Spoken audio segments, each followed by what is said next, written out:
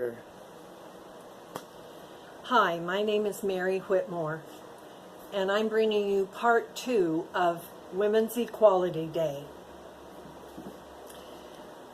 Of all the issues the convention had originally raised, the aftermath of the Civil War crystallized the need for reformers to focus first and foremost on women's right to vote. At the end of the war, slavery was abolished. Progressive people hoped that an amendment for universal suffrage, the vote for all, would be the next step in expanding American democracy. But instead, the 14th Amendment drove a wedge between the activists for the abolition of slavery and for women's rights.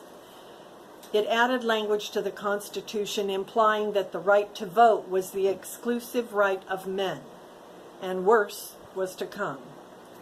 When the 15th Amendment was proposed soon after, it stated that while the right to vote could not be denied on the basis of race, color, or previous condition of servitude, the vote still could, and definitely would, be denied on the basis of sex. Many equal rights advocates were aghast at this proposal. Sojourner Truth, Susan B. Anthony, and Elizabeth Cady Stanton, who were leaders in both the abolitionist and women's rights movements, refused to support the limitations of the 15th Amendment. They pointed out how appropriate it would be to include the word sex and extend suffrage to everyone. As a black woman, Sojourner Truth was deeply committed to expand rights for African American men. But she insisted that the 15th Amendment must also include all women too. The 15th Amendment passed without such a change. Male legislators once again had demonstrated that other issues were more important. Women's rights would have to wait. In 1869, 2 national organizations were established, both dedicated to advancing women's rights. The National Women's Suffrage Association, led by Susan B. Anthony and Elizabeth Cady Stanton, was more expansive in its reach. It sought an amendment to the federal Constitution that would give all women the right to vote no matter where they lived. They also pressed for reforms on a variety of rights issues that included clothing restrictions, marriage laws, and women's property rights, employment opportunities, and education. The other organization, the American Women's Suffrage Association, was founded by Julia Ward Howe and Lucy Stone. They focused their efforts entirely on winning the vote at the state level, working through petitions and referendum campaigns. For the next 20 years, these 2 organizations worked separately toward their parallel goals. Their advocates, women and men alike, traveled throughout the country, giving speeches, organizing lobbying efforts, and discussing strategies with local groups. When the 2 organizations finally merged 20 years later, very little progress had actually been made. Some Western territories had granted women the right to vote, hoping to increase their sparse populations by attracting more women as settlers. In 1889, when the Wyoming Territory applied for statehood, Congress insisted they discontinue female voting rights in order to join the Union. Wyoming refused, saying this: "We will remain out of the Union 100 years rather than come in without women's suffrage." Congress relented, and Wyoming became the first state where women could participate fully in all levels of their government. By 1910, the National American Women's Suffrage Association had already organized dozens of state referendum campaigns appealing directly to the male voters, and had led hundreds of campaigns to get state legislatures to consider suffrage amendments. Only a few had been successful. As you might well imagine, convincing men to share their decision-making power was not an easy task. But women's overall position in society was beginning to change with the turn of the century. An increasingly popular interest in reform meant new enthusiasm was flowing into the women's rights movement too. Between 1910 and 1913, the votes for women was won in 6 states through hard-fought campaigns, and these 6 victories brought the movement back to life. Carrie Chapman Catt, who was a brilliant strategist and organizer, took over leadership and directed the campaign for the next 5 years. New organizations were also formed that galvanized labor and media support through their innovative tactics. For instance, by staging parades that drew thousands of marchers and tens of thousands of spectators, the suffragists began to call worldwide attention to President Wilson's hypocrisy. They carried large banners quoting his eloquent speeches promoting liberty and democracy in war-ravaged Europe, and pointing out that at the very same time, women were not allowed full political participation in his own country. Alice Paul simultaneously stepped up pressure directly on Congress for passage of the federal amendment. Dr. Paul helped organize the National Women's Party to channel the votes of women in suffrage states to elect legislators who favored such an amendment. She also initiated an entirely new tactic that proved to be extremely powerful in changing public sentiment: picketing the White House. For over a year, Dr. Paul coordinated an ongoing demonstration beside the White House gate. Thousands of women from across the country took turns standing there quietly in even the most foul weather in winter. They ceremonially burned his speeches and silently held large banners for the president and everyone else to see. Quote, "Mr. President, how long must women wait for liberty?" End quote, one pointedly asked.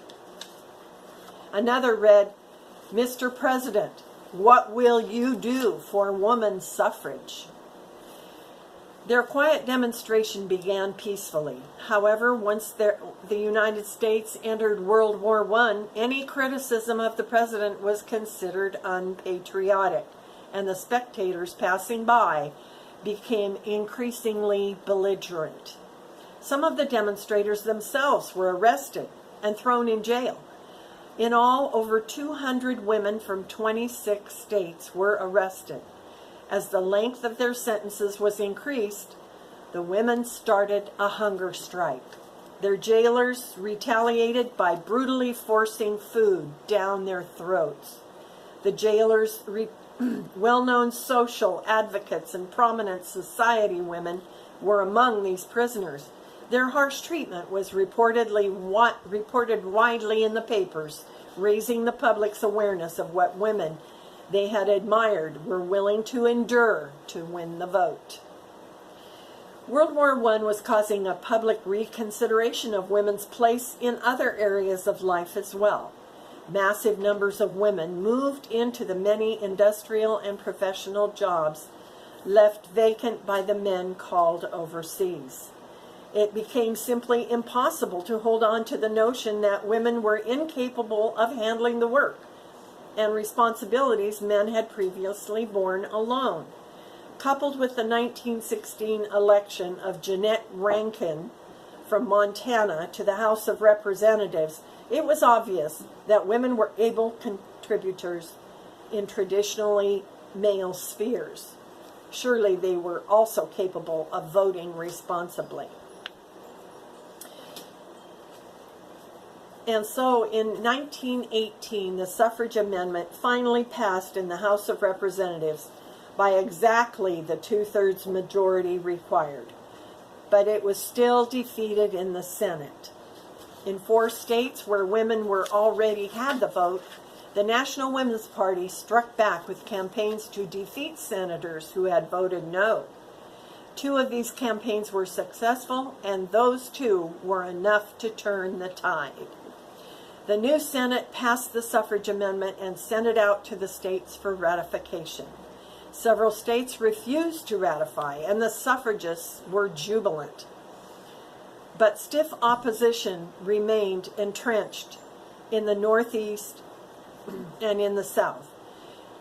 After yet another year of intense lobbying, letter writing, and petitions, the 19th Amendment was finally ratified on August 26, 1920.